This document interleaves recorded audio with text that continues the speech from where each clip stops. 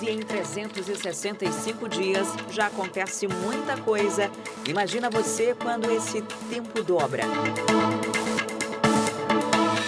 Nesse 10 de março de 2017, o Manhã no Ar completa 2 anos.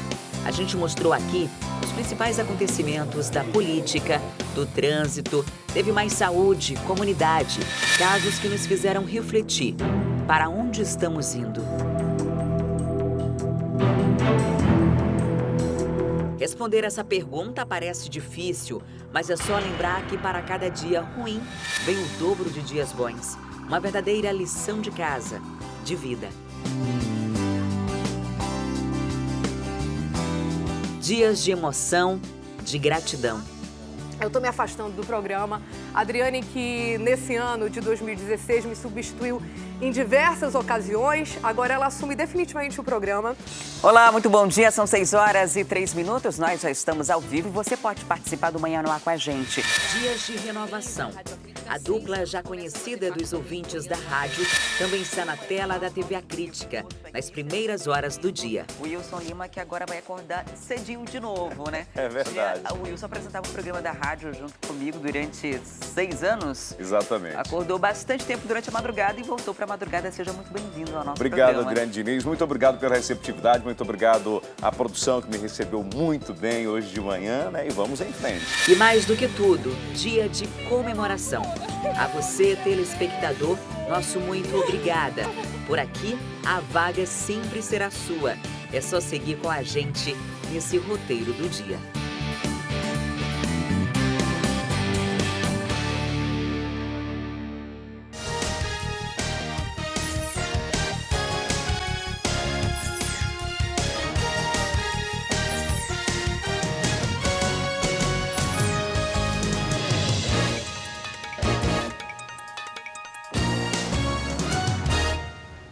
Hoje é sexta-feira, 10 de março, é uma data especial pra gente aqui do Manhã no Ar e, claro, para você também aí de casa, né?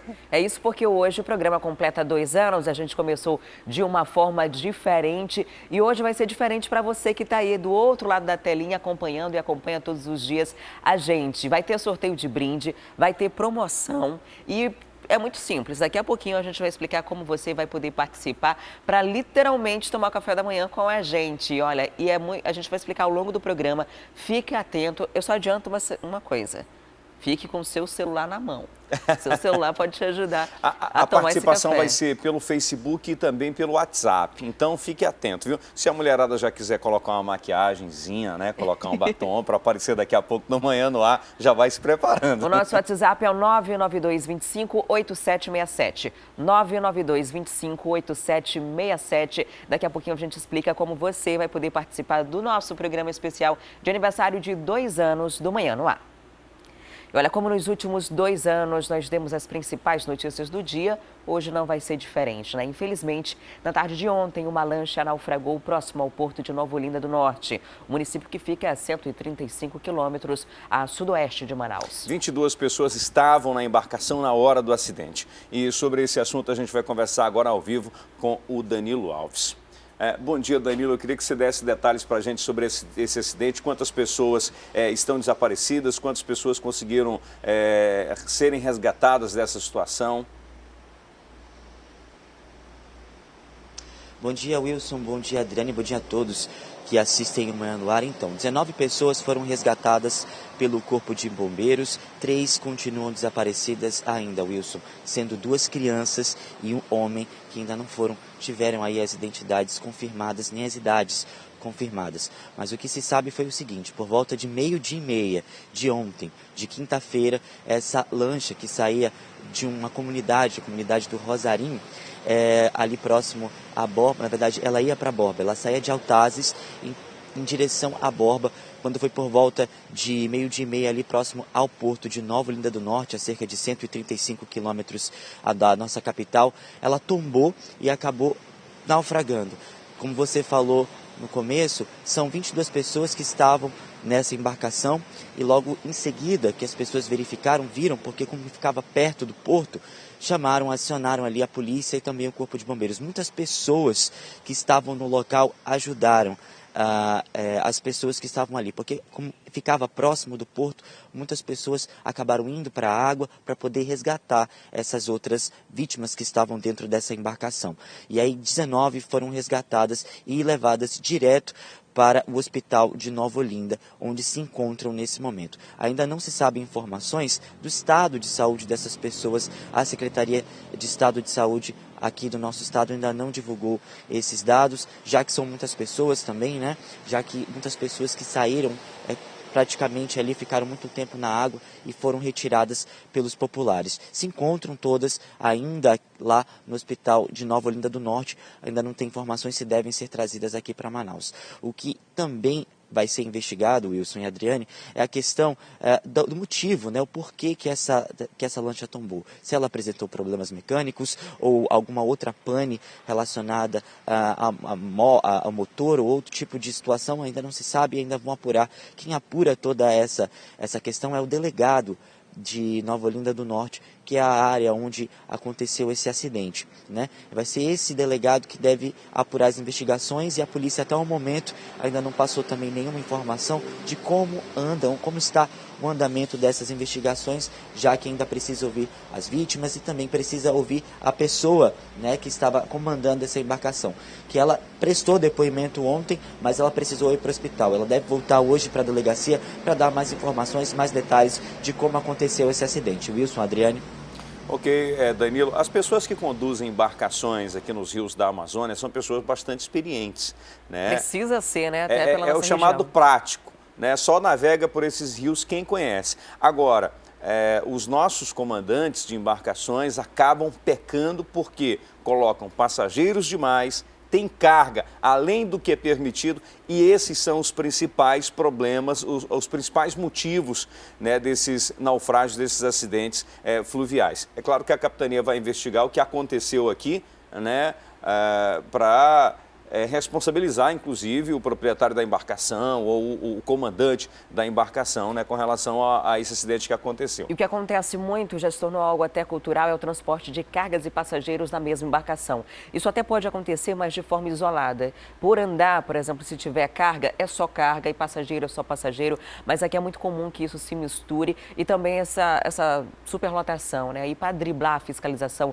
da Capitania dos Portos, da Marinha, muitas vezes esses passageiros vão entrando ao longo do caminho, né, em outras embarcações pequenas que param ali do lado e essas pessoas vão entrando. E por se tornar já algo até cultural na nossa região, as pessoas ignoram esses riscos, mas toda vez que acontece um acidente como esse, um naufrágio como esse, serve de alerta para a gente e quando vai se investigar, normalmente se constata que houve algum tipo de imprudência dessa forma. Ainda bem que a maior parte dos passageiros conseguiu sobreviver e agora seguem as buscas pelos outros desaparecidos, né? Tem crianças, tem um senhor também que está desaparecido e já, inclusive, foi enviado um helicóptero com uma equipe também daqui de Manaus para dar o suporte para essas pessoas, no resgate dessas pessoas. Em Capiranga teve outro acidente fluvial, dessa vez envolvendo uma canoa. 5 pessoas estavam a bordo, uma criança segue desaparecida. O naufrágio aconteceu por volta de 8 horas da manhã, nas proximidades da comunidade Dominguinhos, Rio Manacapuru, zona rural do município de Capiranga. De acordo com familiares, na embarcação haviam 5 pessoas, o pai, a mãe e 3 crianças. Destas, 2 foram resgatadas com vida pelos pais e trazidas aqui para o hospital de Manacapuru. Uma continua desaparecida. Antônio Neto Maricaua Castilho, de 2 anos, e Jorge Maricaua Castilho, de 1 ano, receberam os primeiros atendimentos no Hospital Lázaro Reis. Em seguida, foram encaminhados para Manaus. Uma equipe do Corpo de Bombeiros foi enviada ao município para começar as buscas pela criança. E a gente continua falando desses casos, infelizmente, em Itapiranga, outra criança está desaparecida depois de cair no rio. Ela estava chegando a uma comunidade do rio Atumã quando caiu de uma balsa. O Corpo de Bombeiros realiza as buscas com a ajuda da Polícia Militar. A gente espera que esses casos se resolvam bem e que boas notícias venham em relação aos desaparecidos nesses acidentes. E com um pouco mais de 2 meses de conclusão, a obra de revitalização da rua Henrique Martins, no centro da cidade, apresentou problemas nesta semana. Um buraco se formou e fez uma árvore desabar na tarde da última terça-feira. Em horário de pico, a rua Henrique Martins é muito disputada pelos consumidores. Se já é difícil andar nas calçadas, imagina quando se tem pelo caminho um problema como esse. O buraco de quase 5 metros se formou depois que o sistema de drenagem na rua não aguentou a chuva e causou a queda de uma árvore. Esse vídeo enviado por funcionários de lojas próximas mostra o momento em que a árvore quase atinge uma idosa. O local está perigoso para os pedestres e lojistas que trabalham nas proximidades. Muito prejuízo e também é arriscado, né? Como uma mulher caiu aí. Este senhor avaliou a situação como uma obra mal executada. Já desse eu passei, estava tudo normal. Por isso que agora estou vendo como é que afundou um negócio desse. Isso é um projeto mal feito. Comerciantes disseram que uma equipe da Secretaria Municipal de Infraestrutura foi ao local para isolar a área, mas não retornou para realizar o serviço de manutenção. E a gente continua falando dos casos de comunidade. O único acesso dos moradores da Rua 3, lá no bairro Colônia Santo Antônio, está comprometido. Há anos, o poder público não faz manutenção na escadaria, que a cada dia está se desfazendo. A comunidade tentou até dar aquele jeitinho, né, fazendo os reparos, mas não foi suficiente. Enquanto isso, os moradores correm risco todos os dias ao sair de suas casas. Nós estamos na Rua 3 do bairro Colônia Santo Antônio, na Zona Norte. A rua termina ali em cima e há muitos anos a prefeitura construiu essa escada aqui com um esgoto aqui do lado para que a água pudesse correr, um meio-fio. Essa parte aqui está quebrada, com as fortes chuvas esse buraco tende a aumentar. E foi justamente isso que aconteceu nessa outra parte aqui da escada. A gente pode perceber que a água da chuva, né, forte, levou o barro, causou uma grande erosão, já levou parte da escada. O que chama a nossa atenção é que a erosão está aumentando e aí para ter acesso às residências, boa parte dos moradores tiveram essas pontes improvisadas aqui de madeira. Aqui o morador corre o risco de escorregar, porque não tem piso aqui, é só barro. As pessoas vêm descendo ou subindo, escorrega e cai aí dentro. Essa rua aqui tem 30 anos já, e nada, o pessoal esqueceram a gente. Só construíram e nunca mais voltaram. Nunca mais voltaram. Um péssimo material aí, ó, tá se quebrando todinho. E a gente está esperando que o poder público faça alguma coisa pela gente. Aquela parte de lá já foi meu irmão, esse aí que fez, com os moradores daqui, porque foi só até aí esse que a prefeitura fez, só até essa escadinha aí, o resto foi meu irmão que fez. Essa parte que a senhora está falando, Tarcísio, vamos mostrar ali? É a calçada depois da escada. A escada termina e aí os moradores fizeram uma cota, se juntaram para comprar cimento, seixo, para fazer essa plataforma até lá embaixo, até a última casa. Isso foi obra dos moradores. Quantas vezes vocês já procuraram a prefeitura, a Secretaria de Obras para fazer essa escada, refazer? Meu irmão, não tem mais nem conta. Várias vezes fomos lá e não resolve nada. Chega água, chega energia, tudo é pago, tudo direitinho, né?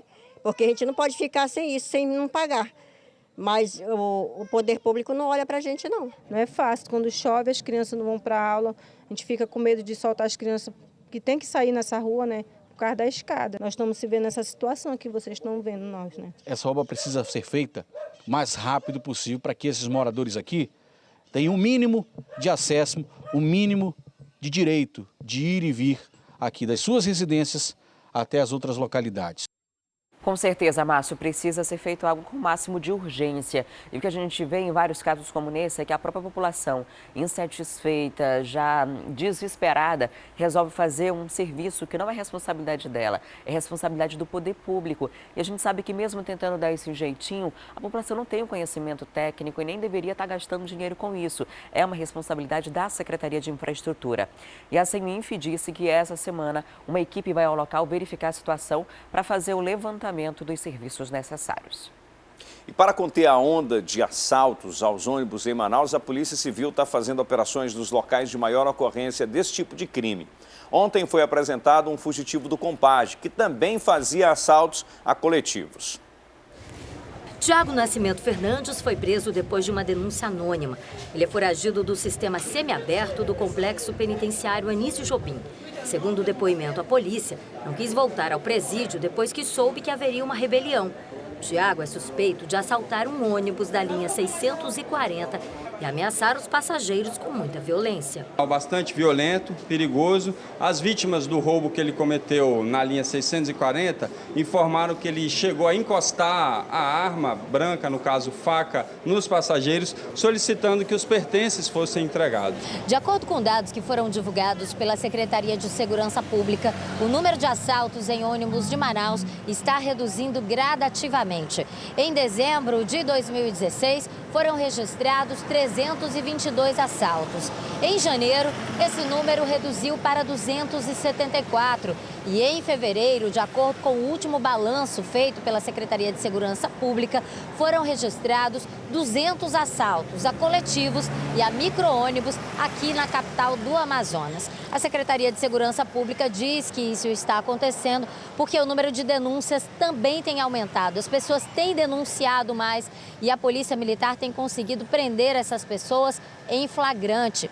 Um outro dado muito interessante que foi divulgado pela Secretaria de Segurança Pública é o número de pessoas que cometem esse tipo de crime e que estão sendo presas. De 2016 até os primeiros meses de 2017, foram registradas 749 prisões de pessoas que estavam cometendo crimes dentro dos ônibus e que foram pegas em flagrante. Quem reconhecer Tiago pode procurar a delegacia no bairro São José para acrescentar ao inquérito.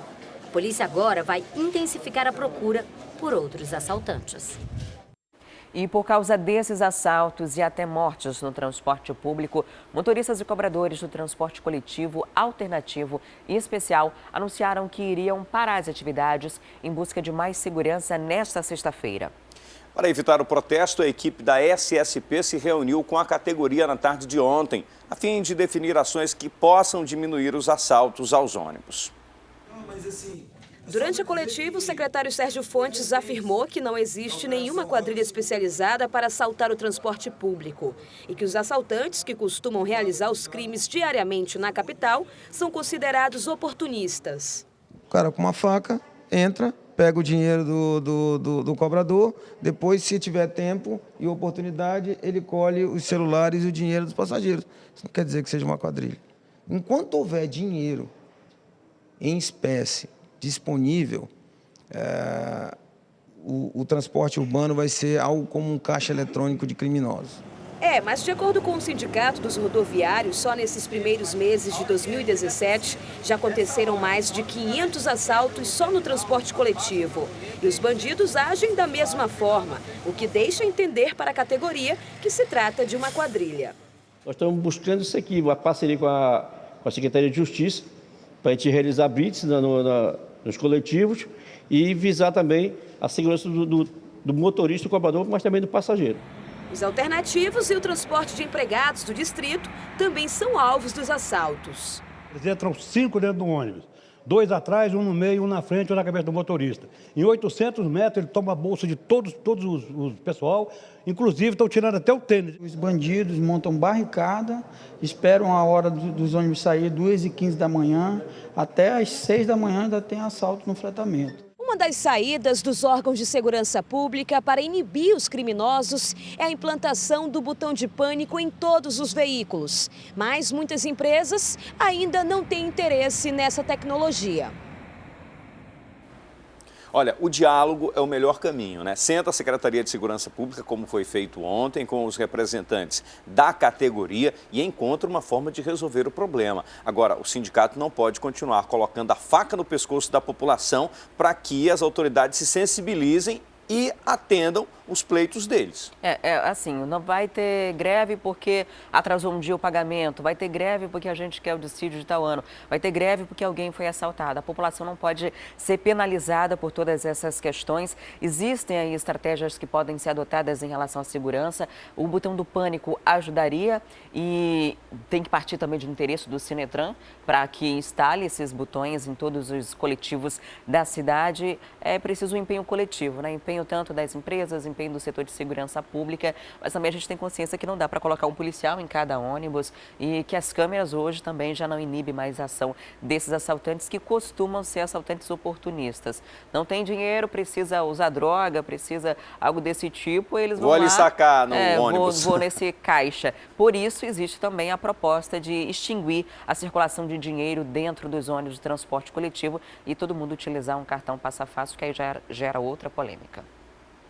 E uma quadrilha foi presa suspeita de cometer arrastão em lojas do centro comercial lá de Manacapuru. Segundo a polícia, o grupo estava aterrorizando os comerciantes e moradores. Havia 3 dias. Essa vítima, que não quis se identificar, relatou a ação do bando. Bem, eles chegavam como clientes normais. A gente atendia, enquanto tinha uma atendendo uma, eles já estavam articulando por dentro da loja, né? Então é difícil lidar com esse tipo de gente, porque eles já são mais do que acostumados a trabalhar com esse tipo de furto, né? Segundo a Polícia Militar, o grupo foi preso quando tentava sair da cidade.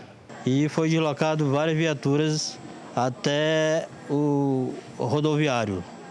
Ao chegar no local, tinha vários infratores dentro de 2 táxis, entendeu? E foi confirmado que no porta-mala tinham uns produtos de furto. Dentre os presos estão 6 mulheres e 2 homens. A suspeita da polícia é que o bando seja de Manaus e esteja aqui no município há pelo menos 3 dias cometendo esse tipo de crime. O que chama a atenção é o volume do material apreendido com o bando. Agora o valor dos materiais foram várias lojas e de vários locais. Só de uma farmácia, o total de produtos roubados somam mais de R$4.000. Dezenas de vítimas compareceram na delegacia da cidade para reconhecer o bando e resgatar os produtos roubados. Complicado mesmo porque tem patrões que às vezes não entendem e a gente que tem que arcar com os prejuízos da loja, infelizmente, né? Além de passar por essa situação, a gente ainda tem que arcar com os prejuízos que eles fazem, a gente pagar. E durante uma abordagem, a polícia prendeu um suspeito por porte ilegal de arma. Só que, além disso, ele é sobrinho de um dos traficantes mais conhecidos do Amazonas, o Franquezinho do 40. Na delegacia, André Costa da Silva, o netinho, afirmou que há muito tempo não tem envolvimento com o tráfico de drogas. Mas foi pego andando pelas ruas da Zona Leste com esta arma artesanal de calibre 12 e 2 balas. Ele afirma que hoje mora em Rio Preto da Eva e usava o armamento para a caça. A equipe de investigação foi até o local e, chegando lá, constatou um indivíduo com as características conforme foram informadas e com uma mochila nas costas. E com essa mochila foi encontrado essa arma, um fato que chamou bastante a atenção dos nossos policiais. Netinho é sobrinho de Franquezinho do 40, um dos mais conhecidos traficantes de Manaus. Frank morreu e teve o corpo colocado em malas que foram jogadas no Rio Negro. De lá para cá, vários comparsas e a mulher de Frank foram vítimas da guerra pelo tráfico de drogas na cidade. Isso faz Netinho acreditar que ele corre risco na cadeia. Por ele fazer parte dessa família de criminosos, é um fato que deixa ele bastante preocupado, até mesmo com a sua segurança. Segundo ele utilizava essa arma por uma questão de segurança pessoal. Nós não acreditamos. Ele está muito preocupado com a situação, só que quem está mais preocupado somos nós. É verdade. Aliás, é por conta deles que nós estamos nessa onda de insegurança. E uma pessoa com uma arma dessa não está bem intencionada, né? Um desocupado desse daí. E é só perguntar para os vizinhos. Os vizinhos são os que mais conhecem a rotina da comunidade. E eu acredito muito no trabalho de investigação da polícia.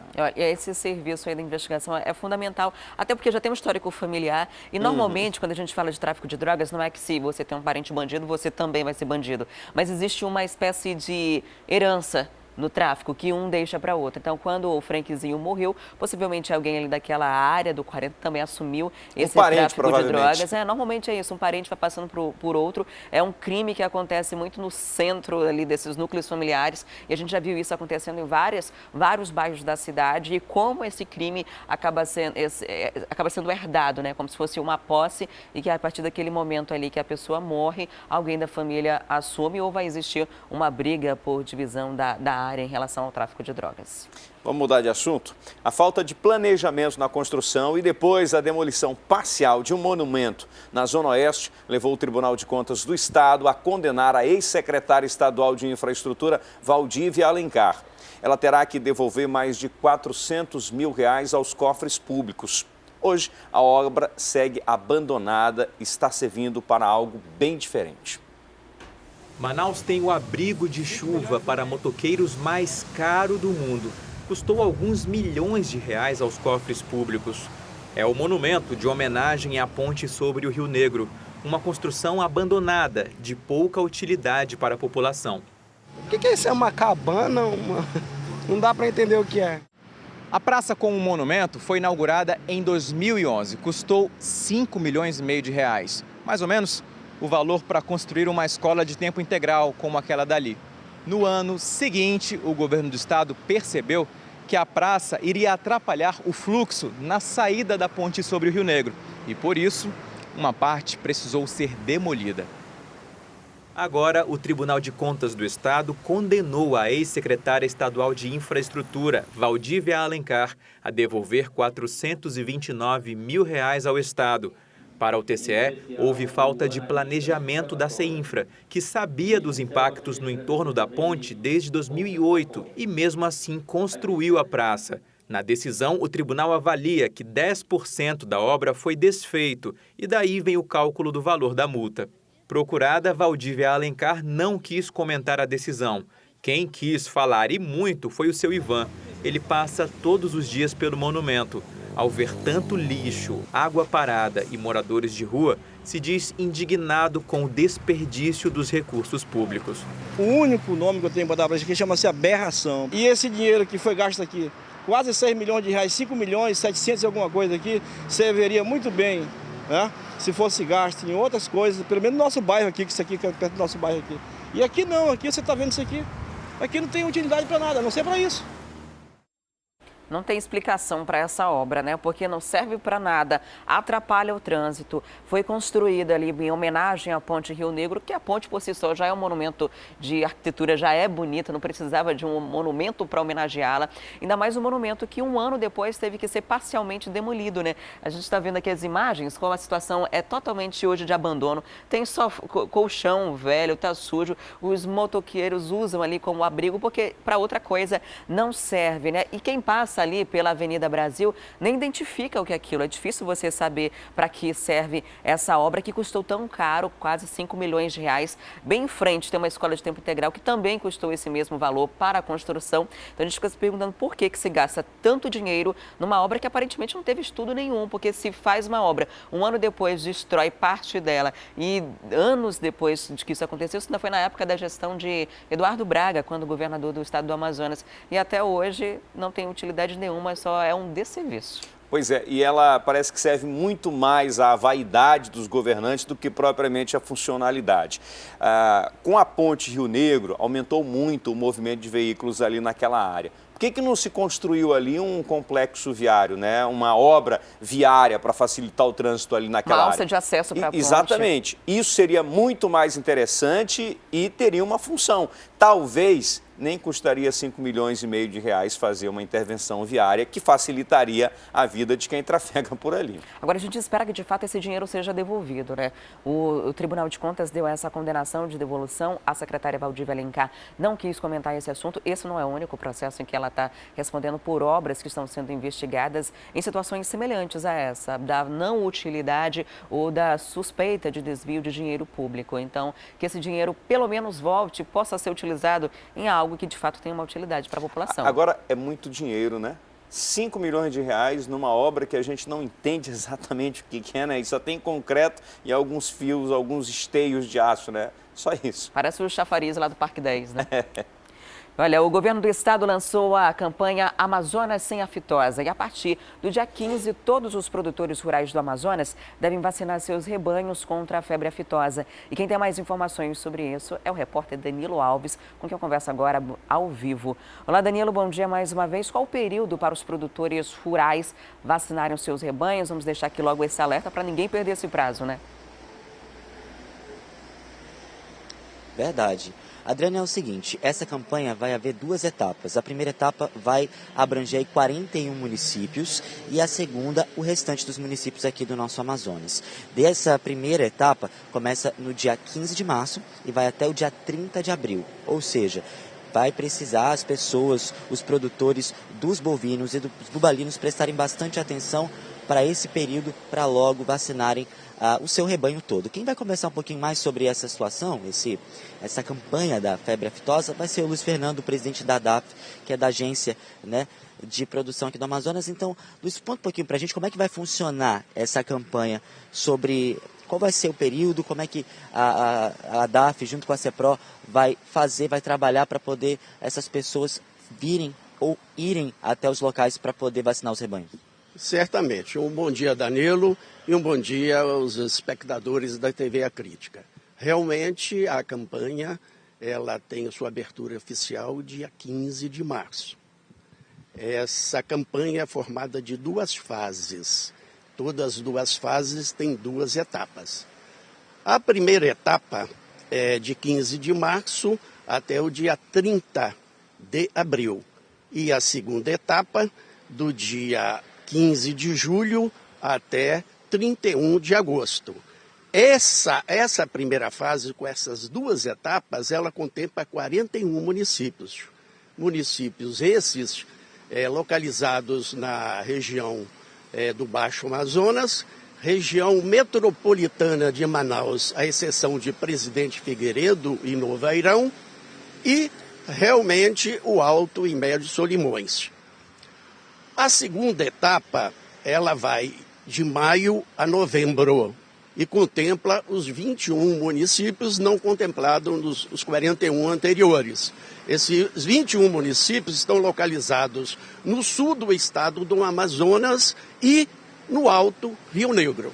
E que as pessoas, os produtores vão precisar fazer? Existe um custo, né? O custo da vacina que vai de R$ 1,80 a cerca de R$ 2,20, e aí vão ter que pagar e eles precisam levar o rebanho, ou a própria DAF e a própria CEPRO vão até a fazenda, o local, para poder realizar essa vacina? O próprio produtor precisa vacinar o seu rebanho e só pegar a vacina?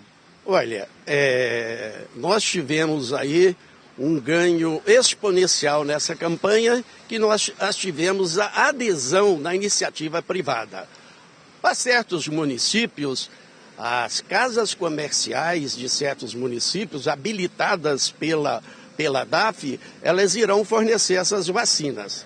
Naqueles municípios que isso não for possível, o IDAM vai entrar fornecendo a vacina.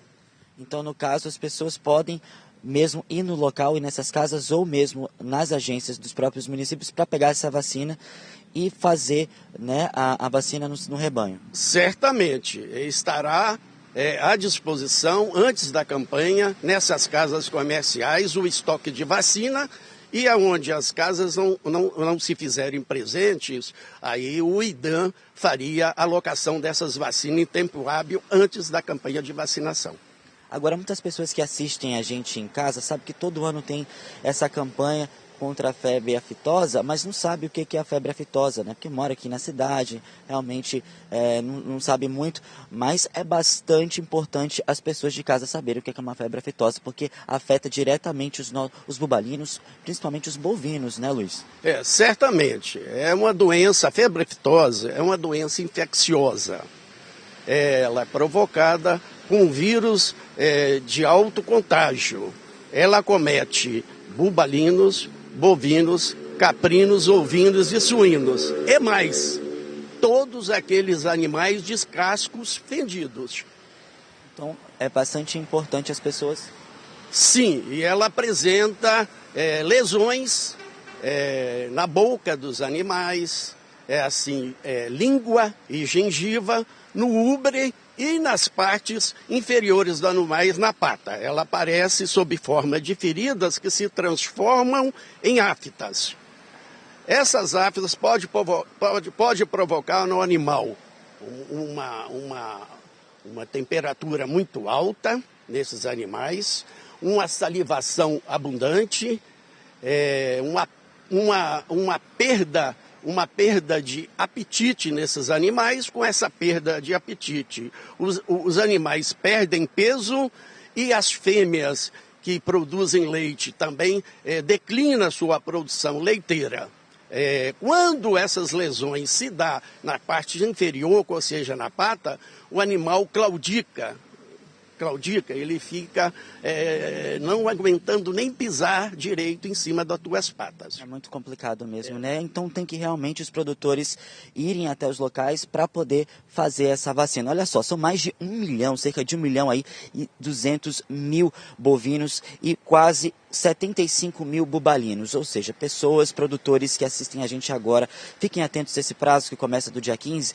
Toda a lista dos municípios que o Luiz falou, do Baixo Amazonas e também ali da região metropolitana, vai estar no site da CEPRO. Você pode pesquisar ali na internet para você saber qual é o itinerário que vai fazer e onde você pode também pegar a vacina, onde você pode adquirir a vacina para poder fazer no seu rebanho toda ali a sua produção. Adriane, Wilson. Obrigada, Danilo, pelas informações. Você de casa, você que é produtor, não esqueça, começa a partir do dia 15. E você acompanha agora mais uma reportagem sobre a Caixa Preta do BNDES. A América Latina se aproveitou bastante dos financiamentos do Banco Nacional de Desenvolvimento Econômico e Social.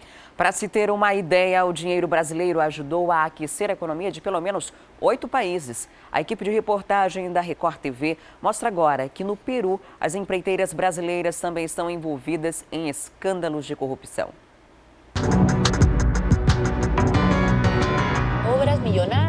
Um país indignado com um escândalo de corrupção.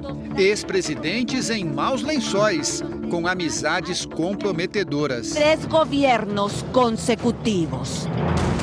Nuestro amigo Marcelo Odebrecht, cuyo padre tuve ocasión de conocer cuando inauguramos la primera etapa de Chavimochica ya en 1990.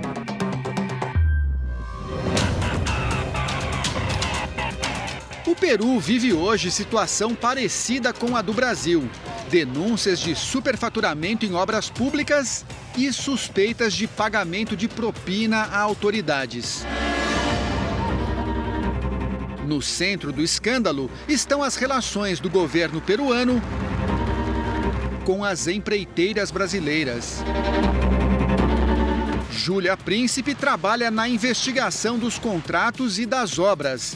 O cargo que ela ocupa seria equivalente ao de um procurador no Brasil. Queremos solicitar o pagamento da reparação civil pelos danos causados ao Estado peruano.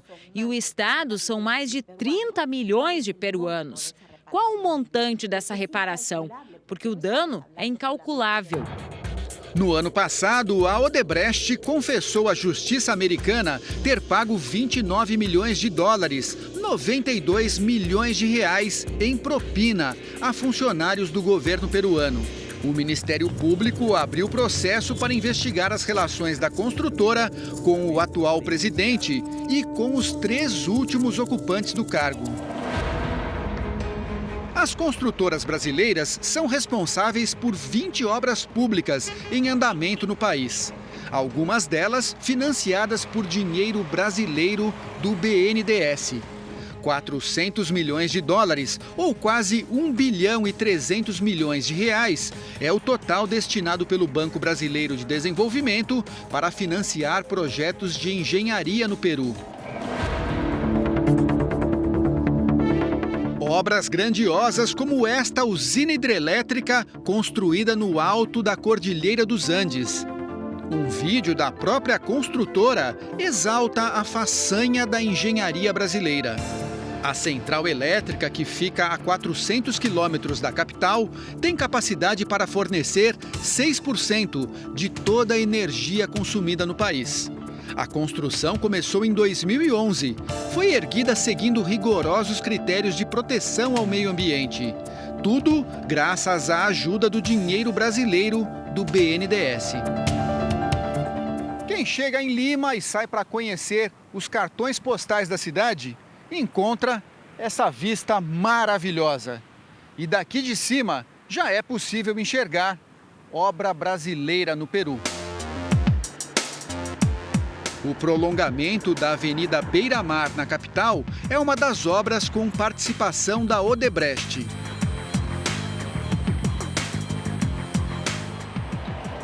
Assim como a construção desta autopista na saída de Lima para a região central do país.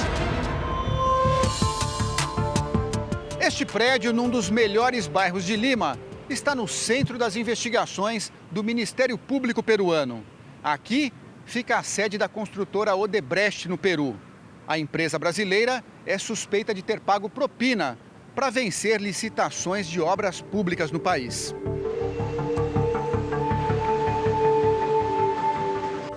Um ex-funcionário do metrô de Lima, encarregado das licitações, foi preso em janeiro. Ele é suspeito de ter recebido $500 mil em propina no exterior para favorecer a construtora brasileira. Em fevereiro, foi a vez do ex-presidente Alejandro Toledo, que governou o Peru de 2001 a 2006. Ele teve a prisão decretada por suspeita de receber $20 milhões em propina em uma outra mega obra da Odebrecht no país. A construção da rodovia interoceânica, que liga o Oceano Pacífico ao Brasil. Um projeto de $4,5 bilhões. Toledo está nos Estados Unidos e a justiça peruana já pediu a extradição.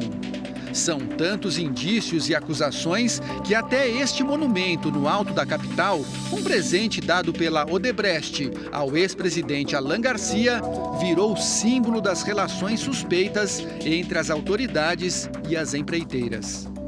Aqui na base do monumento, a população peruana deixou um recado para a construtora brasileira. Fora Odebrecht. Este ex-congressista, que presidiu a comissão que investigou os negócios das empreiteiras brasileiras no Peru, diz que o Brasil exportou um esquema de corrupção para os países vizinhos. Exportar a corrupção, levar a imagem do Brasil como uma imagem totalmente negativa aos países latino-americanos tem que ser enfrentada. Creio que o Brasil, a justiça brasileira, tem que fazer o seu papel e não só ver o que se passa internamente, mas também o que aconteceu fora. Ver hacia dentro, sino ver também hacia fora. O ex-deputado defende que seja feito um raio-x de todas as obras do país com participação brasileira, inclusive as que já estão prontas. É o caso desta estação de tratamento de água na região metropolitana de Lima.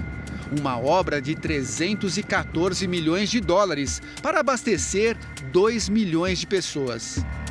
A licitação foi vencida pela Camargo Correia em 2007. A promessa, construir a mais moderna estação de tratamento de água da América do Sul. 4 anos depois de pronta, a estação não consegue abastecer nem metade da população prevista no projeto. E pior, tem falhas na construção, como mostra esta reportagem da TV peruana. É normal que todas essas pedras estejam aqui, nesse lugar? Não, não é normal. Não deveria. Acá deveria estar limpo, com água. O BNDES exige que as obras financiadas pelo banco tenham percentuais de componentes brasileiros. O problema é fiscalizar projetos tão longe. A Procuradoria da República no Brasil está preocupada. Há sempre a suspeita de que isso torna uma situação propícia para conseguir realizar crimes com maior dificuldade à investigação. Então, esses são investimentos realizados no exterior, o que dificulta a investigação. Nós precisamos de uma cooperação internacional, não é tão simples. À medida que surgem indícios de irregularidades, o Ministério Público vem investigando investimentos feitos pelo BNDES para possibilitar serviços de engenharia e infraestrutura em outros países. Receber empréstimos do BNDES é um ótimo negócio, porque as taxas de juros são muito mais baixas do que as praticadas no mercado. Algumas entre 2% e 13,5% ao ano. Mas esse capital tem uma origem, é o bolso do brasileiro. Os recursos para o BNDES vêm principalmente do FAT, o Fundo de Amparo ao Trabalhador, que vem de contribuições do PIS. O trabalhador paga para criar novas vagas no exterior. Enquanto no Brasil, a fila do desemprego só aumenta.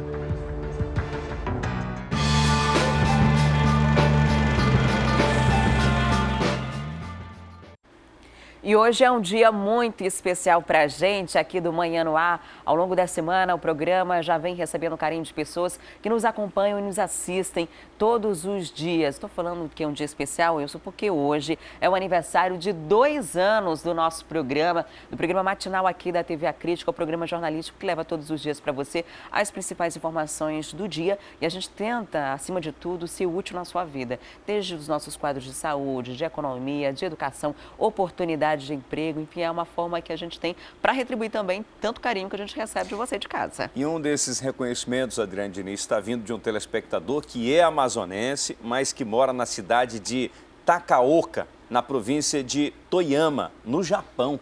Vamos ver? Estamos ligados aqui no Japão, né? Na Manhã no Ar. Essa dupla aí, nota 10, todas as manhãs aí em Manaus. Parabéns, TV A Crítica, pelo jornalismo muito bom. Valeu, grande abraço. Sayonara. Arigato, né? O Simonides está ouvindo a gente lá no Japão, está acompanhando, ele fez o vídeo ontem. E é legal que lá é uma diferença de 12 horas em relação ao nosso horário, né? E em relação ao horário de Brasília.